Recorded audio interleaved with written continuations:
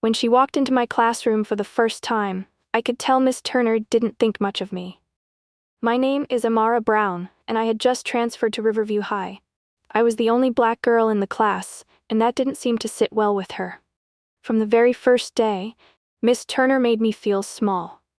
"Amara," she said, scanning the attendance sheet.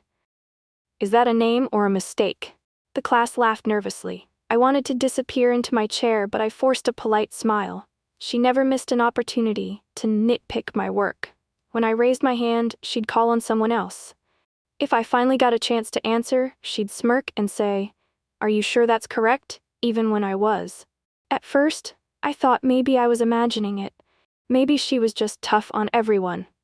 But then I started noticing how different she was with other students, especially the ones who looked like her. Compliments came easily for them, along with extra help and encouragement. For me, it was always the opposite. The breaking point came during our end-of-term project. We had to present on a historical figure who inspired us. I chose Ruby Bridges, the first black child to integrate an all-white school in the South. When I told Miss Turner my choice, she raised her eyebrows. "Ruby Bridges? Don't you think that's predictable? Maybe you should pick someone more relevant." Her words stung, but I stuck with Ruby. She inspired me, and I wasn't gonna let Miss Turner take that away from me. I spent weeks on that project. I poured my heart into it. Late nights researching, designing slides, practicing my speech in front of the mirror. I wanted it to be perfect. Not just for me, but for every girl who had ever been told she wasn't good enough. The day of the presentations, I was nervous but ready. When it was my turn, I walked to the front of the class with my head held high. As I spoke about Ruby's courage, I noticed Mr. Turner whispering to another teacher who had come to observe. They were laughing. It broke my focus for a moment, but I kept going. When I finished, the room was silent. Then, a few students clapped. But Miss Turner, she didn't say a word. She just scribbled something on her clipboard and moved on to the next student. Later that day, I was walking back to class after lunch when I heard voices in the hallway. It wasn't unusual for teachers to chat between periods, so I didn't think much of it. Until I caught my name. "She's so dramatic," Miss Turner said, her voice dripping with disdain. "Trying to play the victim with that Ruby Bridges nonsense. Honestly, I don't even know why they let her transfer here." I froze mid-step, my heart pounding. I didn't want to believe it at first. Maybe I misheard. Maybe she was talking about someone else. But as her words sank in, I knew she meant me. The other teacher chuckled awkwardly, clearly uncomfortable. "Well, she's just a kid," he muttered, almost as if he was trying to downplay her harshness. Miss Turner didn't back down. "A kid who's already learned how to play the system. Mark my words, she'll pull the race card the second things don't go her way. I've seen it before." I felt like the air had been sucked out of the hallway. My stomach twisted into knots and my throat burned with the effort of holding back tears. I gripped my notebook tightly, my fingers trembling as I pressed myself against the wall, hoping they wouldn't see me. Hearing those words from the person who was supposed to uplift and guide me, it was like a punch to the gut. I wanted to run, but my legs felt like they were glued to the floor. As soon as they walked away, I rushed to the bathroom. Locking myself in a stall, I sat down on the closed toilet seat, my hands shaking as I tried to catch my breath. Tears streamed down my face now, hot and uncontrollable. I wanted to scream, to tell someone, anyone, what I had just heard. But who would believe me? Miss Turner was respected. She was seen as tough but fair, the kind of teacher everyone admired. Who was I compared to her? A new transfer, a nobody. When I got home that evening, I couldn't hide it anymore. My mom noticed right away. "Amara, what's wrong?" she asked, setting down the plate she'd been drying. Her voice was calm, but her eyes searched my face with concern. At first I shook my head. "It's nothing," I mumbled, trying to brush it off. But she wasn't having it. She walked over, took the backpack off my shoulder and guided me to the couch. "Talk to me, baby," she said softly, sitting beside me and holding my hand. "I can see it's not nothing. Tell me what happened." The dam broke. I told her everything. The way Miss Turner treated me in class, the dismissive comments about my project, and finally, what I overheard in the hallway.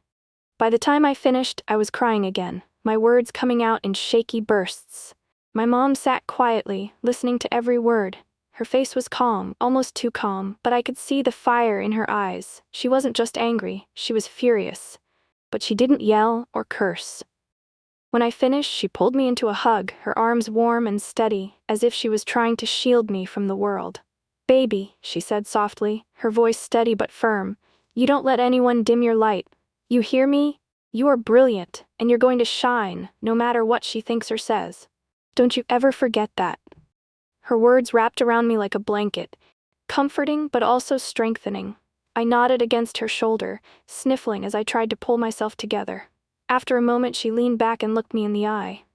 "We're not letting this slide," she said. "No one gets to treat my child like that." "But what can we do?" I asked, my voice barely above a whisper. "She's Miss Turner. Everyone loves her. No one will believe me." "They'll believe me," my mom said firmly. "We're going to file a complaint with the school, and if they don't take it seriously, we'll take it higher. Trust me, Amara. You're not fighting this alone." The next day, we submitted the complaint. My mom spoke with the principal and outlined everything that had happened. I sat beside her, feeling both nervous and relieved. I didn't expect much to come of it. Miss Turner had been at Riverview for years, and she had a reputation as a star teacher. Who was I, a transfer student, to challenge her? But for the first time in weeks, I felt like I wasn't alone. My mom's strength became my strength, and even if nothing changed, I knew I'd done the right thing. Months passed, and I threw myself into my studies. School wasn't always easy, but I made it my mission to stay focused. I leaned on my friends, my family, and my dreams of becoming a teacher who would uplift her students, not tear them down like Miss Turner had tried to do to me. I didn't see much of her after the complaint. She kept her distance, and I avoided her when I could.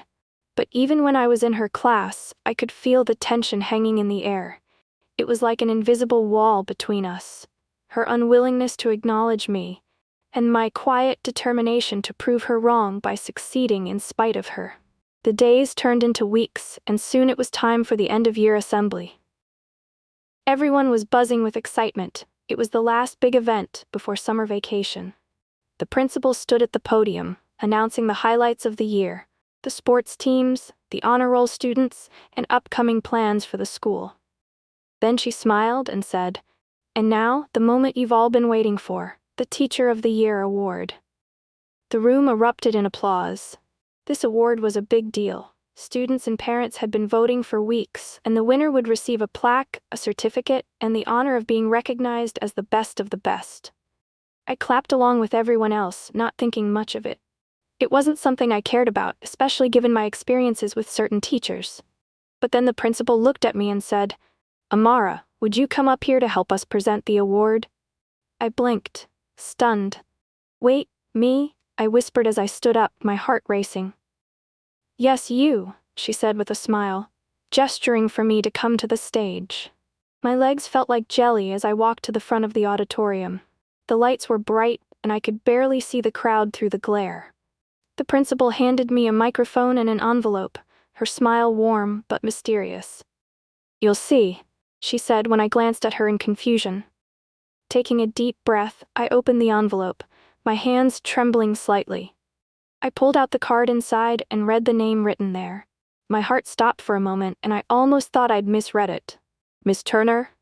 The applause was deafening as Miss Turner walked up to the stage, her face glowing with pride.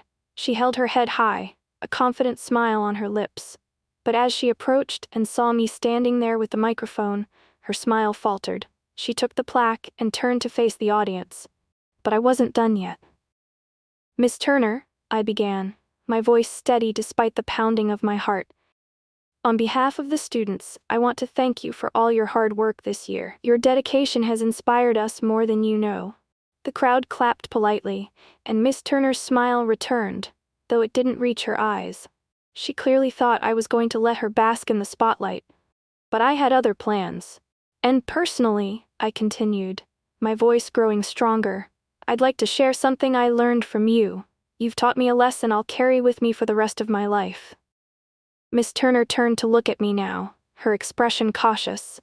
The audience grew quiet, sensing something important was about to be said. I learned, I said, pausing to look directly at her, that even when people doubt you or try to bring you down, you can rise above it. You've shown me the power of resilience, and for that, I'm truly grateful. For a moment, the room was utterly silent. Then, like a wave, the applause began. Parents, students, and even some teachers were on their feet, clapping and cheering. The noise filled the auditorium, drowning out every other sound. Miss Turner's face turned bright red. She mumbled a quick thank you into the microphone before stepping off the stage, avoiding my eyes. I stood there for a moment, taking it all in. The applause wasn't just for her, it was for me too, for standing up and speaking my truth. As I walked back to my seat, my classmates smiled and gave me quiet thumbs-ups, and my mom, sitting in the audience, wiped tears from her eyes. In that moment, I felt something shift inside me. It wasn't just about proving Miss Turner wrong anymore. It was about proving myself right, showing the world that I had a voice, and it mattered. The award ceremony sparked a conversation. Parents started sharing their own stories, and soon the school launched an investigation into Miss Turner's behavior. By the start of the next school year, she was gone. As for me, I kept pushing forward. That experience didn't break me. It made me stronger. I graduated at the top of my class and earned a scholarship to college, where I'm studying to become a teacher. Because every student deserves someone who believes in them. And I'll make sure they have that. Thank you so much for watching. If you enjoyed this story and it made you feel something, whether it inspired you, made you think, or even brought a smile to your face, please take a moment to support our channel. Share your thoughts in the comments below. We love hearing from you and what these stories mean to you. Don't forget to hit that like button if this story resonated with you. It really helps us reach more people. And if you know someone who would enjoy this story, share it with them. Lastly, if you haven't already, subscribe to our channel and turn on the notification bell so you never miss out on more heartfelt and powerful stories. Your support means the world to us and keeps us going. Thank you for being part of our storytelling family. See you in the next one.